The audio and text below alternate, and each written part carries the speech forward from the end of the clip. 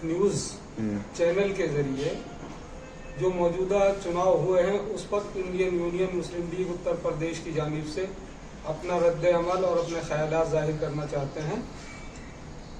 पिछले जो चुनाव में रिजल्ट आए उसके लिए आवाम को भी और अलायंस के तमाम जितने दल हैं, राजनीतिक दल हैं, पार्टीज हैं, उनको मुबारकबाद, क्योंकि उनकी मेहनत की वजह से तानाशाही के खिलाफ आवाम ने, माइनॉरिटीज ने, दलितों ने और पिछड़ों ने इत्तेहाद का मुजाहरा किया और एकजुट होकर उस तानाशाही के खिलाफ वोट किया, जिससे देश की तरक्की और खुशहाली के लिए राह हमवार हुई।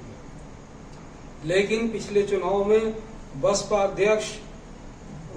की जो राष्ट्रीय अध्यक्ष हैं सुश्री मायावती जी, उनकी राजनीति चूंकि उनके भ्रष्टाचार की वजह से हाशिए पर पहुंच गई, लेकिन उस अपनी हार का ठीकरा उन्होंने मुसलमानों के जो सर फोड़ा है उस पर अपनी राय जरूर देना चाहूंगा।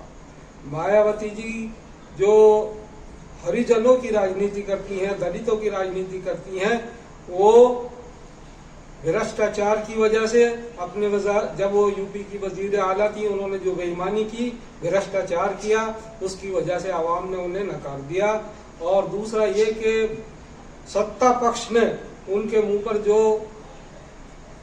पाबंदी लगा दी थी कि अगर आपने हमारे खिलाफ कोई शब्द बोला या हमारे खिलाफ कोई राजनीति की तो हम आपके भ्रष्टाचार के लिए आपको जेल के पीछे पहुंचा देंगे, इसलिए आप खामोश रहें।